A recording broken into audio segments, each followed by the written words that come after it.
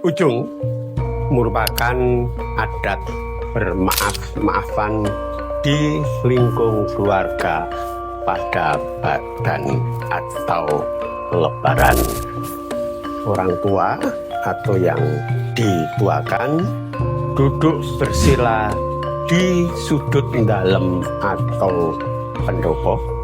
Kemudian satu demi satu anak cucu ngabekti seraya atau dengan mencium lutut sambil berucap yang penggalanya mugi sadoyo kalpatan linepurna ing dinten Haryadi menika. Semoga segala kesalahan terhapus pada hari raya ini.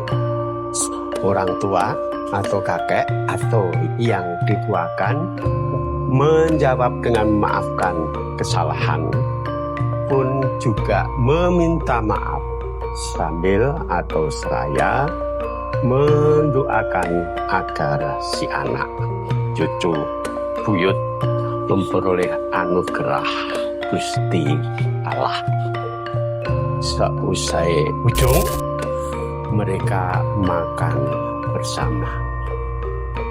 Ujung yang merupakan akulturasi sekaligus kecerdasan adat itu kini semakin surut karena waktu. Ujung tidak seraya masa lalu, tetapi dilakukan dengan telepon, bahkan WA dari rantau. Nut zaman kelakone kata unen-unen, seturut waktu keberlangsungan.